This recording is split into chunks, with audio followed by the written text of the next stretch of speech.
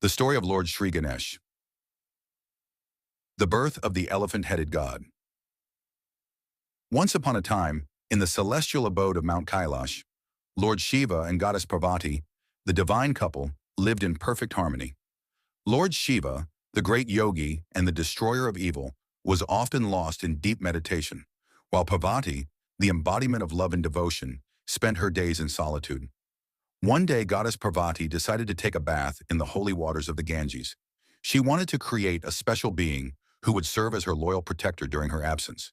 So she gathered the finest clay and with her divine powers sculpted a beautiful boy, breathing life into him with a touch of her love. This boy, with a shining face and innocent heart, was named Ganesh. Goddess Parvati, pleased with her creation, gave him the task of guarding the entrance while she bathed. She told him not to allow anyone to enter, no matter who they were. Ganesh stood tall and proud, guarding the gates of his mother's abode, his heart filled with love and devotion for her. Meanwhile, Lord Shiva returned to Mount Kailash after a long meditation. He had never seen Ganesh before, as this was the first time he had left his cave in many years. When Shiva tried to enter his home, Ganesh, unaware of who he was, stopped him, following his mother's instructions. "You cannot pass," Ganesh said firmly. "My mother is bathing and no one is allowed to enter." Shiva, puzzled and enraged at the audacity of the boy, demanded to know who he was. Ganesh, standing his ground, replied, "I am the son of Goddess Parvati, and I am here to protect her privacy." Shiva, frustrated by the boy's defiance, drew his trident and in a moment of anger severed Ganesh's head. The boy fell to the ground, lifeless. When Goddess Parvati came out of her bath, she was heartbroken to see her son lying lifeless at the entrance. She cried out in anguish, and the entire universe seemed to echo her grief.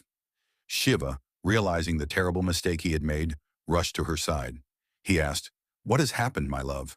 What can I do to restore peace?" Goddess Parvati, still in deep sorrow, said, "You have taken away my son. You must bring him back to life." Shiva, filled with guilt and remorse, vowed to restore Ganesh to life. He ordered his followers to search for the head of the first living creature they could find. After a long search, they found an elephant with its head raised high in the forest.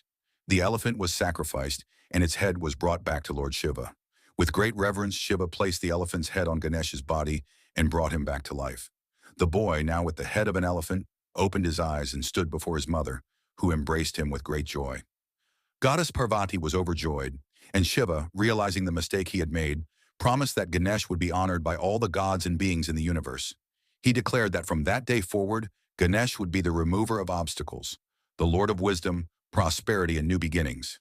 He would be worshipped before any important work or journey, and his presence would bring blessings to all. Thus, Lord Ganesh became known as Vignaharta, the remover of obstacles, and Buddhi Pradayaka, the giver of intellect and wisdom. He was revered and loved by all, and his presence brought peace, joy, and prosperity wherever he went. And so, Lord Ganesh, with his gentle nature, wisdom, and elephant head, became one of the most beloved and powerful deities in Hindu mythology, always guiding and protecting his devotees with love and grace.